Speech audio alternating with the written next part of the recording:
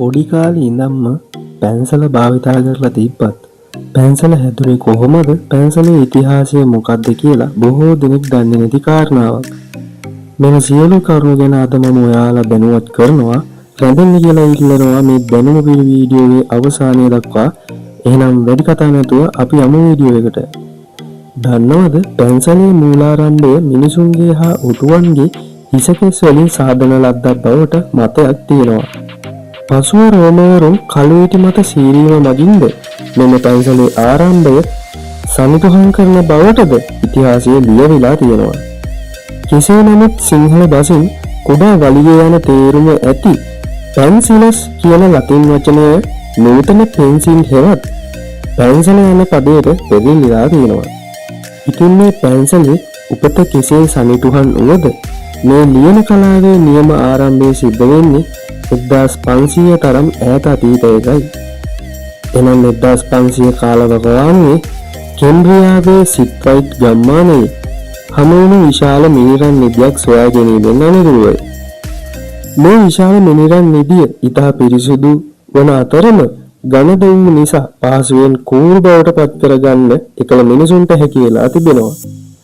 එකල මිනිසුන් විසින් තම ගොවිපළේ බැටළුවන් ගණනය කිරීමට මෙම මිනිරන් භාවිතා කර තිබුණද මෙහි ඇති මෘදුභාවය නිසා බැටළු හම් වලින් ඔතා භාවිතයට ගෙන තිබෙනවා. කෙසේ නමුත් 1560 පමණ වන විට සිමෝනියෝ සහ ලින්ඩියානා නම් ඉතාලි ජාතික යුවළක් විසින් දවයෙන් ආවරණය කරන පළමු සැකස්ම මේව පැන්සලේ නිම කරලා තිබෙනවා. ඔවුන්ගේ සංකල්පයේ ප්‍රයෝජනයට ගනිමින් ජුනිපර් විසින් ලී පෙල්ලකින් කුහරයක් සෑදීම ඇතුළත් වෙලා තිබෙනවා.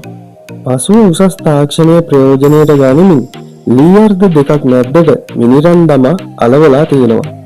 තාක්ෂණය කෙතරම් උසස්ද කිවහොත් අද වෙනකම්ම භාවිතා වන්නේ අන්න ඒ ක්‍රමයයි.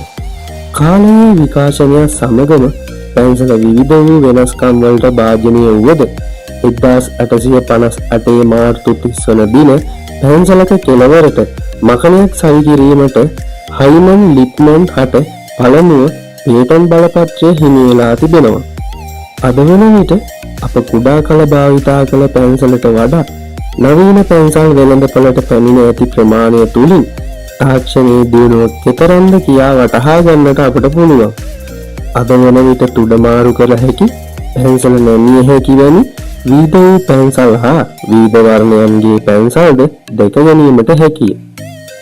ඉතින් මේ පැන්සලේ ඉතිහාසය මෙහෙම අරගෙන ආ වීඩියෝව හොඳයි නම් ලයික් කරන්න, ෂෙයා කරන්න.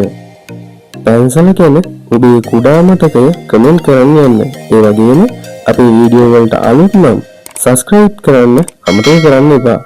ඔබට සුබ දවසක්.